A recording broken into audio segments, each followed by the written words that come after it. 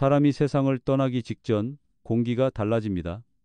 방 안의 온도는 그대로인데 뭔가 설명할 수 없는 정적이 흘러요. 나는 호스피스 병동에서 그 정적을 여러 번 느꼈습니다. 그리고 거의 예외 없이 그 순간 환자들은 돌아가신 누군가의 이름을 부릅니다. 엄마가 문 앞에 계세요. 오빠가 데리러 왔어요. 처음엔 나도 무심코 헛것 보셨어요. 라고 말했지만 시간이 지나며 그 말이 얼마나 무례했는지 알게 됐죠. 이상하게도 그런 말을 할 때 환자의 얼굴엔 두려움보다 평온이 깃듭니다. 눈빛이 맑아지고 입가엔 미소가 번집니다. 과학은 그것을 뇌의 산소 저하로 인한 시각적 착각이라고 설명하지만 그 평온함만큼은 설명하지 못합니다. 의학 논문에서도 이런 현상을 임종전 환영 비전 오브 더 다잉이라고 부릅니다. 그러나 수백 건의 사례 중 누구도 그것이 고통을 주었다고 말하지 않았어요. 오히려 그들은 이제 갈 때가 됐구나를 깨닫고 손에 있던 두려움을 내려놓습니다. 나는 이 장면을 마치 이별식의 예행 연습처럼 느낍니다. 마치 영혼이 마지막 인사를 준비하듯 이미 떠난 이들이 맞이하러 오는 것처럼요. 어쩌면 인간의 뇌는 두려움을 줄이기 위해 위안의 이미지를 만들어내는 걸지도 모르죠. 하지만 그 이미지가 평화를 준다면 굳이 착각이라 부를 필요는 없다고 생각합니다. 예전에 만난 92세 할머니는 마지막 이틀 동안 같은 말을 반복하셨습니다. 엄마가 손을 내밀어요. 나만 기다리고 있나 봐요. 그리고 그 다음날 아침 조용히 미소를 지으며 눈을 감으셨습니다.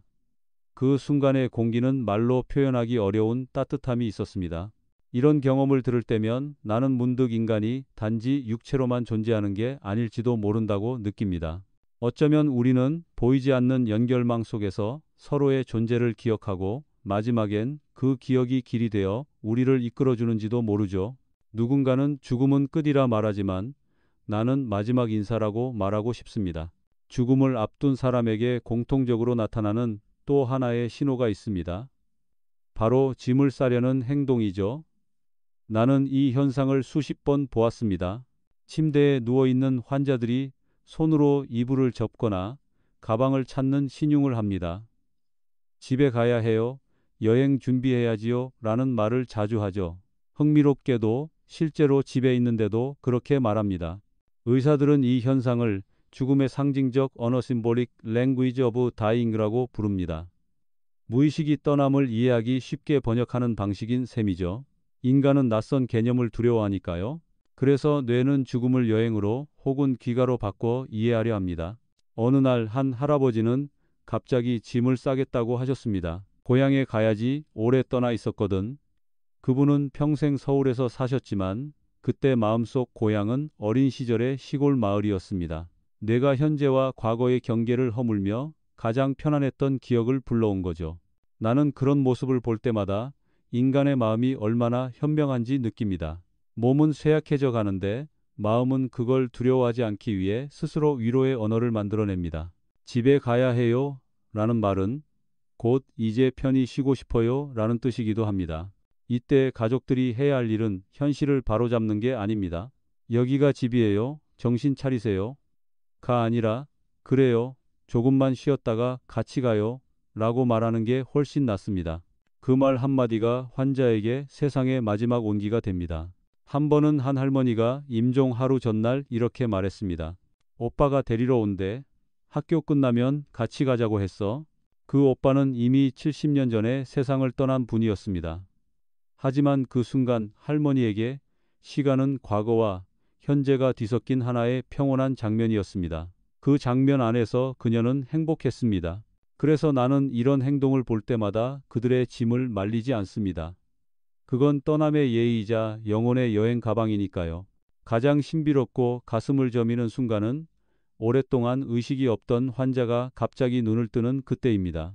나는 그 현상을 몇 번이고 목격했습니다. 의료 용어로 터미널 루시디티, 우리말로는 임종전 각성이라 부르는 현상입니다. 마치 꺼져가던 불빛이 마지막으로 반짝이듯 며칠 혹은 몇 주 동안 거의 반응이 없던 이들이 하루 혹은 몇 시간 동안 놀라울 정도로 또렷해지는 순간이 있습니다. 우리 딸 왔네. 그 한마디가 병실을 멈추게 합니다. 딸은 눈을 동그랗게 뜨고 손을 잡습니다. 엄마, 저 알아보세요?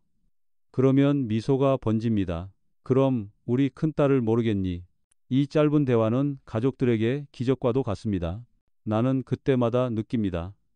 인간의 뇌는 마지막 남은 불씨를 모두 태워 한순간을 빛나게 하는 것이라고 과학자들은 이렇게 설명합니다. 신경세포가 죽기 직전 에너지가 불규칙하게 분출되며 일시적으로 인지 기능이 회복된다고요. 마치 꺼지는 전구가 마지막으로 강하게 빛을 내는 것처럼. 하지만 나는 단지 신경학적 현상만으로는 설명할 수 없다고 생각합니다. 그 순간 환자들은 단순히 의식을 되찾는 게 아니라 정리를 합니다. 오래 묵은 말을 꺼내죠. 사랑한다. 미안하다. 잘 살아라. 어떤 이는 오랫동안 잊고 있던 기억을 꺼내어 웃습니다. 치매로 5년 동안 딸을 알아보지 못했던 어머니가 마지막 날엔 이름을 또박또박 부르고 어린 시절 이야기를 나누는 장면을 본 적도 있습니다. 그날 밤 딸은 눈물 속에서도 웃었습니다. 그것은 말로 표현할 수 없는 선물이었습니다. 나는 그것을 영혼의 마지막 정리 시간이라 부릅니다. 뇌가 아니라 마음이 주도하는 인생의 마무리 대화입니다.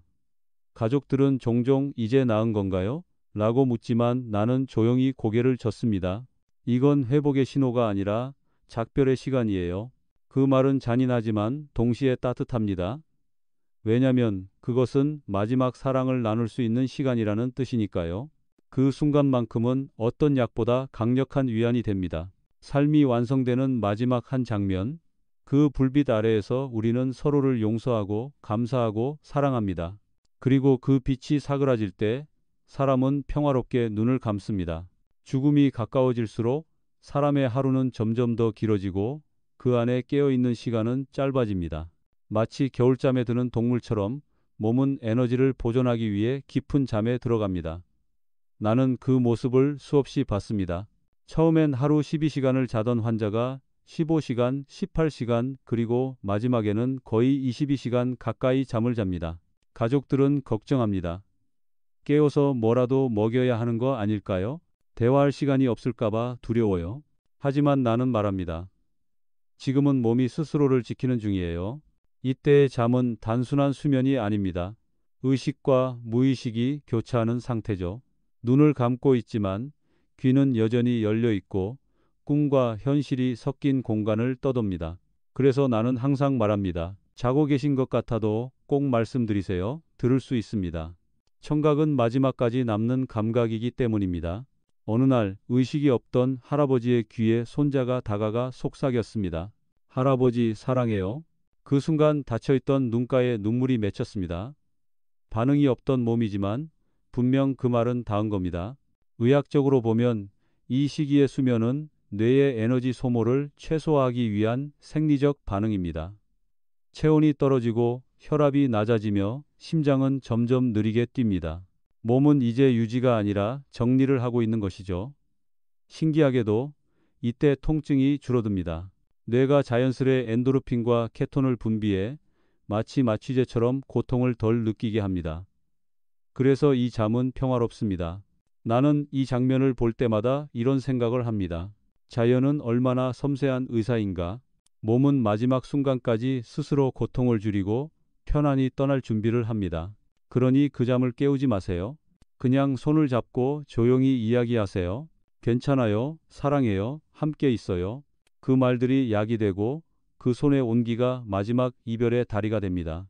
사람이 세상을 떠나기 전 가장 먼저 멈추는 욕망은 배고픔입니다.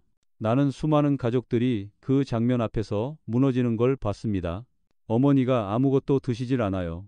이러다 힘이 떨어질까봐 무서워요. 그 마음을 모릅니다. 밥 한 숟가락이라도 먹여야 살 것 같은 절박함. 나도 처음엔 똑같았어요. 하지만 오랜 시간 임종을 지켜보며 배웠습니다. 먹지 않는 건 포기가 아니라 몸의 지혜라는 것을요. 임종이 다가오면 소화기관은 천천히 멈춥니다. 위와 장은 더 이상 음식을 받아들일 힘이 없고 신장은 수분을 걸러내지 못합니다. 그래서 억지로 먹이면 오히려 불편하고 고통스러워집니다. 구토나 복부 팽만이 생기기도 하죠. 그런데 신기한 건 그 시기에 환자들은 배고픔이나 갈증을 거의 느끼지 않습니다.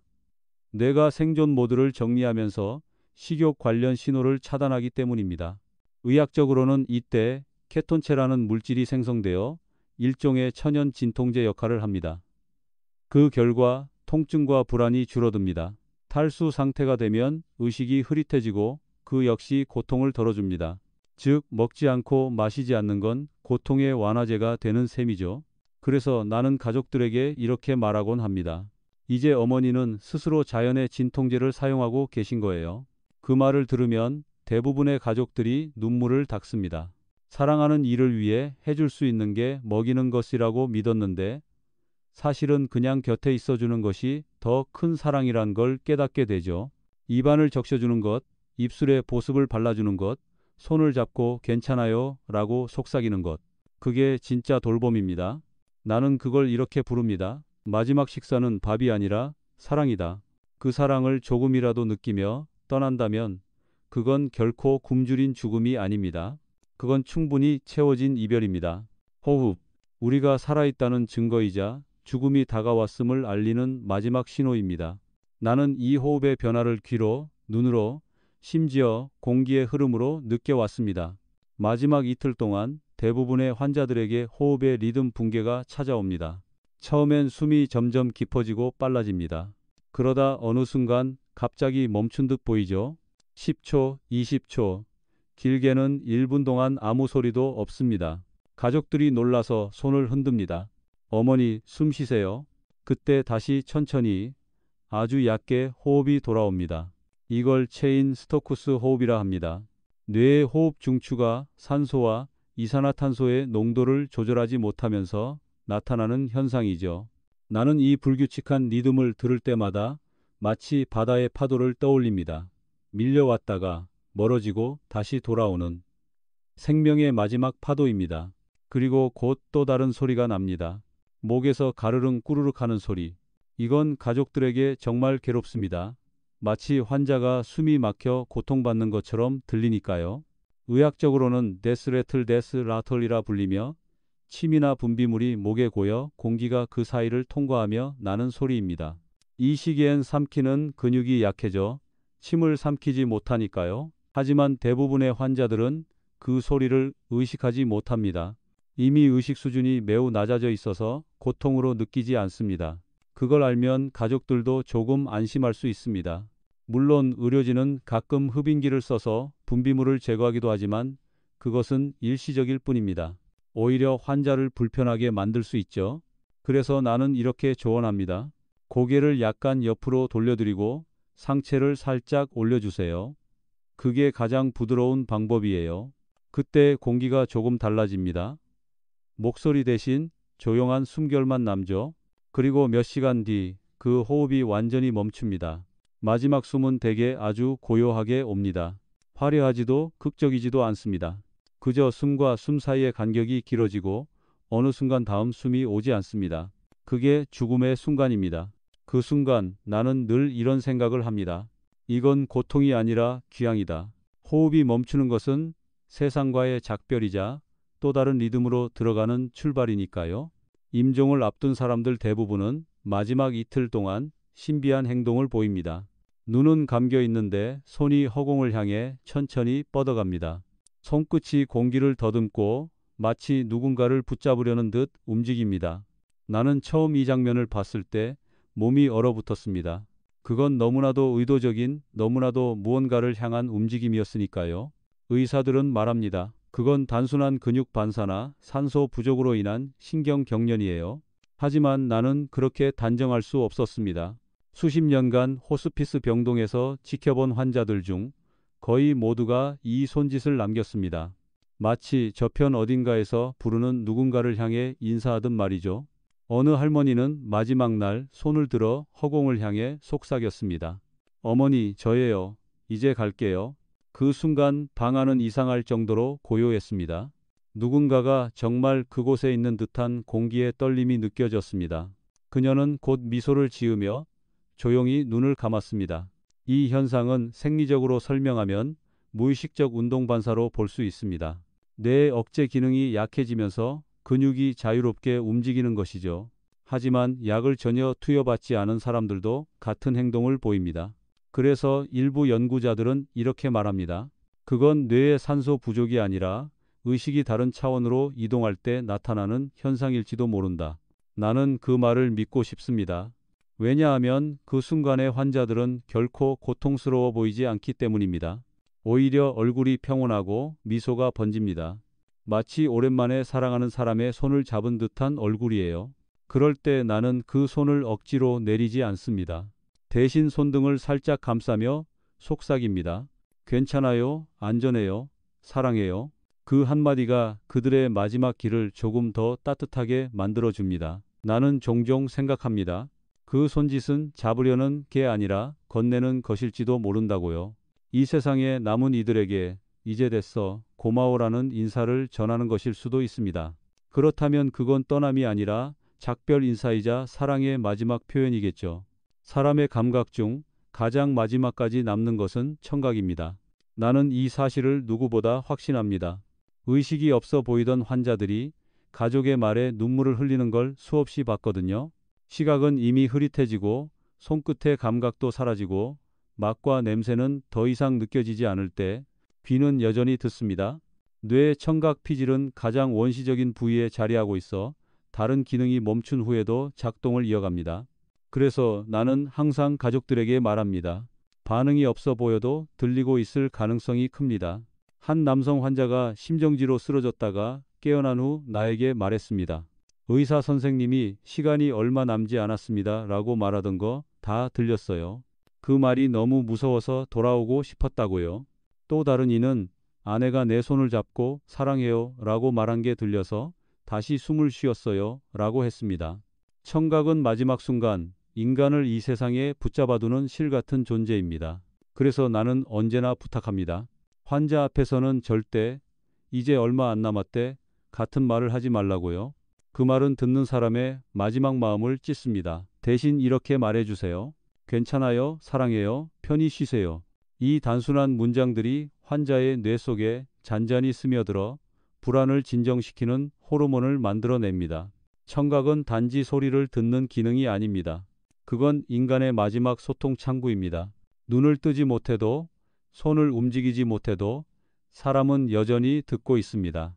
그리고 듣는다는 건 여전히 연결되어 있다는 뜻이죠. 그래서 나는 환자 옆에 앉아 말합니다. 지금은 말하지 않아도 괜찮아요. 그냥 들으세요. 저는 여기 있어요. 그 말을 할 때면 방 안의 공기가 달라집니다. 죽음이 아니라 묵직한 평화가 흐릅니다. 그 평화 속에서 사람들은 조용히 떠납니다. 귀로 사랑을 들으며 마지막 숨을 내쉬죠. 그리고 어쩌면 그 마지막 들린 소리가 이 세상에서 듣는 마지막 자장가일지도 모릅니다. 죽음은 누구에게나 두렵습니다. 하지만 나는 오랜 시간 임종 곁을 지키며 깨달았습니다. 죽음을 두려워하는 사람보다 죽음을 이해한 사람이 더 깊이 산다는 걸요. 사람들은 보통 죽음을 멀리 두고 삽니다. 아직 멀었어. 지금은 그런 이야기 하고 싶지 않아. 하지만 이상하게도 죽음에 대해 이야기할 줄 아는 사람일수록 하루를 더 충실히 삽니다. 그들은 알고 있습니다. 모든 것이 끝날 수 있기에 지금이 얼마나 귀한지. 나는 종종 환자들에게 물었습니다. 지금 가장 후회되는 게 무엇인가요? 대부분의 대답은 같았습니다. 좀 더 사랑할 걸, 더 많이 표현할 걸, 미워하지 말 걸. 성공이나 돈, 명예를 말한 사람은 단 한 명도 없었습니다. 죽음을 인식한다는 건 단순히 언젠가 죽는다를 아는 게 아닙니다. 그건 지금이라는 시간을 자각하는 행위입니다. 죽음을 떠올리면 오늘의 하찮은 걱정들이 줄어듭니다. 남이 나를 어떻게 보는지 실패할까 두려워하는 마음이 조금씩 작아집니다. 그 대신 오늘 내가 누구에게 따뜻했는가가 중요해집니다. 어쩌면 죽음은 우리를 벌주는 존재가 아니라 삶을 정리하고 더 단단하게 만들어주는 시간의 스승일지도 모릅니다. 우리가 매일 오늘을 제대로 살아야 한다는 걸 상기시켜주는 가장 정직한 경고죠. 나는 그걸 이렇게 부릅니다. 죽음을 생각할 때 비로소 삶이 또렷해진다. 죽음을 외면하는 사람은 삶의 초점을 잃고 죽음을 인정하는 사람은 삶의 색을 되찾습니다. 삶은 유한하기에 아름답습니다. 언젠가 끝날 것을 알기에 지금의 한순간이 반짝입니다. 그 사실을 받아들이면 우리는 죽음을 두려워하기보다 그저 오늘을 다 살겠다고 말하게 됩니다. 그게 바로 죽음이 우리에게 주는 가장 큰 선물입니다. 나는 임종의 현장에서 수없이 들었습니다. 사랑한다, 미안하다, 고마워. 세상에서 가장 간단한 세 마디가 사람의 마지막을 채웁니다. 삶의 마지막 48시간 동안 사람은 인생의 요약본을 보여줍니다. 누군가는 고마움을, 누군가는 후회를, 누군가는 용서를 남기죠. 그 짧은 순간에 우리는 인간이 얼마나 관계적인 존재인지를 새삼 깨닫습니다. 끝까지 남는 건 결국 사람, 그리고 사랑뿐이니까요. 나는 떠나는 이들에게서 후회 없는 삶의 공통점을 찾았습니다. 그들은 대부분 솔직하게 감정을 표현한 사람들이었습니다. 사랑하면 사랑한다고 말하고 화가 나면 그 감정을 숨기지 않았던 이들. 그들은 마지막 순간에도 얼굴이 평화로웠습니다. 반면 평생 억누르고 참았던 사람들은 떠나기 직전 불안했습니다. 그때 왜 그렇게 말했을까? 왜 그 사람을 그냥 보냈을까? 그 말들이 마음속에서 울려서 편히 눈을 감지 못하는 경우도 많았습니다. 그래서 나는 이렇게 말합니다. 우리는 매일 조금씩 죽음을 향해 가고 있으니 매일 조금씩 작별을 연습해야 합니다. 그건 슬픈 말이 아닙니다. 작별을 연습한다는 건 매일 사랑을 표현하고 미안함을 남기지 않는다는 뜻이니까요. 죽음 직전의 사람들은 이상하게 모두 같은 결론에 도달합니다. 결국 중요한 건 사람과의 관계였어. 가족, 친구, 동료, 그들과의 대화, 포옹, 웃음이 인생의 가장 큰 재산이었다는 걸 마지막에야 깨닫죠. 그래서 나는 이제 이렇게 살아보려 합니다. 후회 없는 죽음을 꿈꾸기보다 후회 없는 하루를 쌓는 것, 그 하루들이 모여 언젠가 평화로운 마지막이 찾아오길 바라면서요. 죽음은 끝이 아니라 완성입니다. 그 완성의 순간에 미소를 짓기 위해 오늘 우리는 더 솔직하게, 더 따뜻하게 살아야 합니다.